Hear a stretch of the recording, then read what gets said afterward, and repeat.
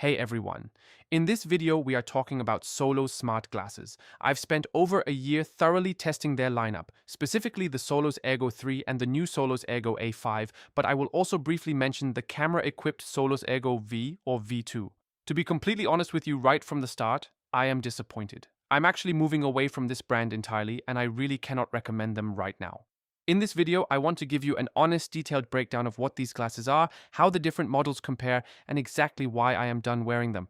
Before we dive into the details though, I have a quick disclaimer. The voice you are hearing right now is AI generated, but I assure you absolutely nothing about the content itself is generic or AI generated. This is my genuine, personal, long-term review after far more than 1 year of daily use. My native language is German, and because my English isn't perfect, I chose to translate my thoughts and have an AI trained on my voice read them to make this video smoother and easier to follow. I am happy to get some feedback on the voice down in the comments.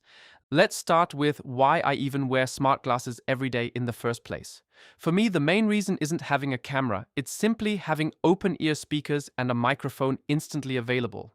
The speakers sit right next to your ears, giving you excellent stereo separation, which is great for gaming, for example. Also, thanks to the near-mouth microphones, I can sit in my garden for an hour and dictate long, detailed prompts to an AI or record high-quality voice notes. I can take hands-free phone calls at work or listen to a podcast while cooking right next to a loud extractor hood. And at night, I can watch videos in bed without disturbing my wife watching videos next to me. While people right next to you might hear a very faint whisper, the audio is more private and way better than a smartphone speaker. Not necessarily in raw quality, but in terms of stereo separation, clarity in a loud room, and privacy. Just keep in mind, they are no replacement for real headphones. If you are planning on really enjoying music, you will still need dedicated earbuds, but we will talk about sound quality later. Where Solos stands out, at least on paper, is their engineering. It's actually pretty genius. Solos uses a fully modular system where the front fashion frame is completely separate from the temples, which are the arms where all the electronics, speakers, and batteries live. What holds the whole system together is a clever connection hidden inside the frame.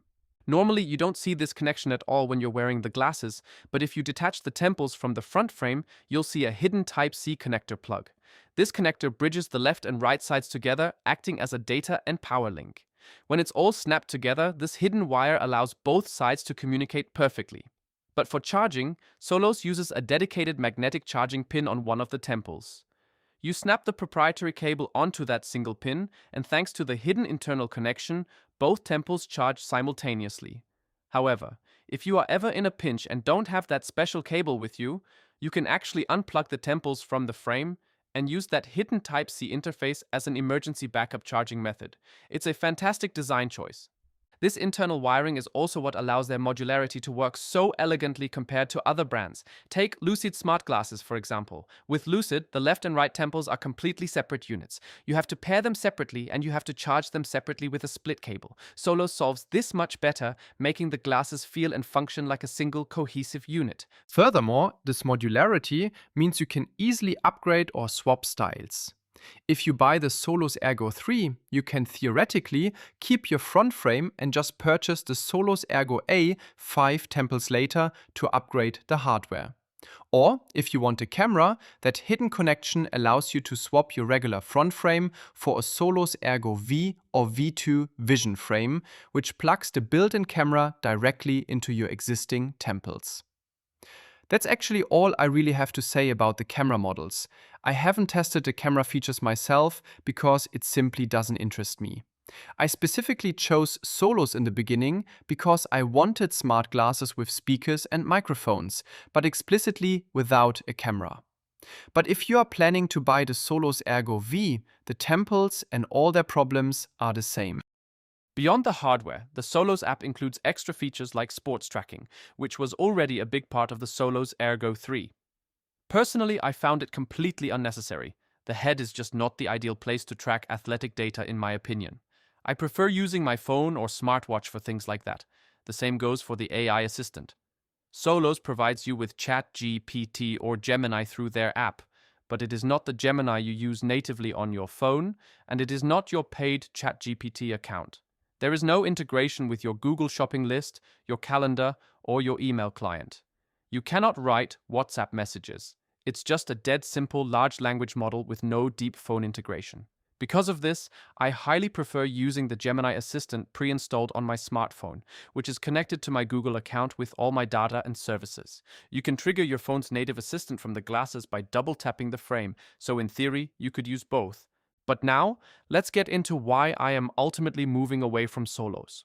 Despite the clever design, my long-term testing revealed some massive flaws. If you saw my previous video, my favorite smart glasses are bad, you know I had an absolute nightmare experience with the Solos Ergo 3. The sound quality was poor, the software constantly unpaired, and the hardware was incredibly unreliable. Every 2 months, like clockwork, one of the temples would completely break. After a year of dealing with customer support, they eventually refused to send me any more replacements or offer a reasonable upgrade path, which completely ruined the product for me. That brought me to the new Solos Ergo A5. To give credit where it's due, they did fix the build quality and the audio. The A5 temples are slightly longer, the rubber grips are more stable, and I haven't had a single hardware defect in months of wearing them. The sound is also much fuller and genuinely fun to listen to. Unfortunately, they introduced brand new, incredibly frustrating problems. Problem 1. The Solos Ergo 5 now uses an automatic wear detection sensor. That sounds great, but the moment you pull the glasses down slightly to scratch your nose or wash your face, they turn off.